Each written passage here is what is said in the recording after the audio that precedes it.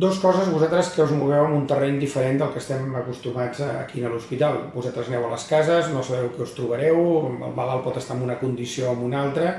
Jo diria que el més important és parar-se i pensar. I aleshores, primera cosa, la distància segueix sent una de les millors maneres, per no dir la millor, diguéssim, d'evitar un contagi. Per tant, si un de vosaltres ha d'entrar, l'altre s'ha de mantenir una distància suficient fins que no li toqui, si és que li toca, fer alguna cosa. Després, les mesures d'higiene bàsiques, el rentat de mans, abans i després, etc. Totes aquestes coses que diem. I després venen els equips de protecció, que per això els portem.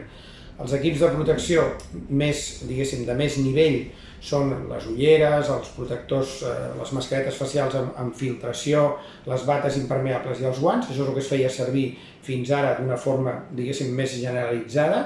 Ara es reserven per determinades situacions, producció d'aerosols, maniobres molt invasives, els malalts que estan a UCI, per exemple, però la resta és suficient i és suficient, per exemple, portant una mascareta i unes ulleres i uns guants per atendre amb normalitat un pacient.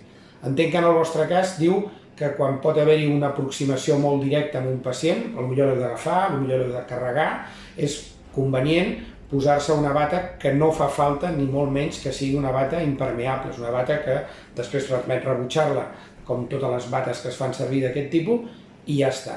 Però el més important és recordar com posar-se aquest equip, les ulleres, la mascareta quirúrgica, els guants, i en el seu cas la bata aquesta que no ha de ser necessàriament impermeable, i després com retirar-ho i com fer l'exercici de tornar-se a rentar les mans i pensar si ho hem fet bé.